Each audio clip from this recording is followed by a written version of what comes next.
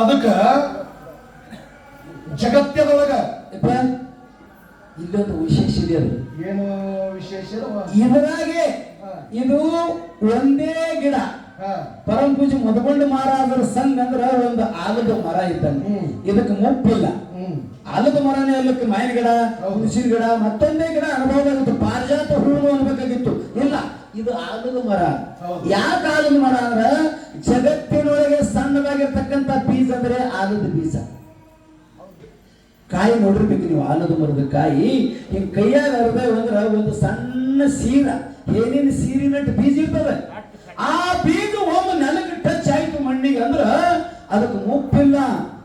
ಎಲ್ಲಿ ತನ ಕಳಿಸ್ತೀವಿ ಮುಂದೆ ಟೊಂಗಿಗೆ ಬೇರು ಬಿಟ್ಕೋತು, ಟೊಂಗಿಗೆ ಬೇರು ಬಿಟ್ಕೋತು, ಮುಪ್ಪೇ ಇಲ್ಲ ಅದಕ್ಕೆ. ಹಾಗ ನನ್ನ ಅಪ್ಪನ ಸಂಘ ಅಂದ್ರೆ ಇದು ಆಲದ ಮರ ಇದ್ದಂಗೆ. ಇದರೊಳಗೆ ನಾವೆಲ್ಲ ಏನಿದ್ದೇವೆ ಅಂದ್ರೆ ಒಂದೊಂದು ಟೊಂಗಿಗಳಿದ್ದಂಗೆ ಬಹಳ ಸಂಬಂಧ ಅದಕ್ಕದ. ಅದರಾಗ ನಮ್ಮ ಒಂದು ಅಲ್ಪ ಸೇವೆಯನ್ನು ಕಂಡು ಪುಣ್ಯಾತ್ಮರು ಏನು ಕಂಡಾರ ಅಥವಾ ಮುತ್ಯ ಔದುಷಿತಪ್ಪಾಜಿ ಅವರಿಗೆ ಹೃದಯದೊಳಗೆ ಕೊಟ್ಟಾರ. ಈ ಹುಡುಗನು ಒಂದು 50 ರೂಪಾಯಿ ಕೊಡ್ಬೇಕಂತ ಭಾವ ಆಗ್ಯದ. ನೀವು ಕೊಟ್ಟದ್ದು ಬಹಳ ಸಂತೋಷದ. ನನಗೆ ಕೊಟ್ಟಿರಿ, ನನ್ನ ಸಂಘಕ್ಕೆ ಕೊಟ್ಟಿರಿ. ಇದರಾಗ ನಾ ಬೇರೆ ಸಂಘ ಬೇರೆ ಅನ್ನುವಂಥದ್ದೇನು ಇಲ್ಲ.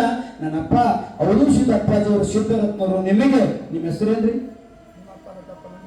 ಭೀಮಪ್ಪ, ಹೂನಪ್ಪ, ಲತ್ತಪ್ಪ ಲಂಗುಟಿ, ಕಾನಟ್ಟಿ ಗ್ರಾಮದ ನಿವಾಸಿಗಳು ಅಳಲಿ ಸೇವೆಯನ್ನು ಕಂಡ 50 ರೂಪಾಯಿ ಕೊಟ್ಟಿದ್ದಾರೆ. ಆ ಸದ್ಗುರುನಾಥನು ಅವರಿಗೆ ಕೃಪಾಶೀರ್ವಾದ ಮಾಡಲೆಂದು ದೇವರಲ್ಲಿ ಬೇಡಿಕೊಂಡು ಈ ಕಾಣಿಕೆಯನ್ನು ಸ್ವೀಕಾರ ಮಾಡ್ತಾ ಇದ್ದೇವೆ ನಾವು.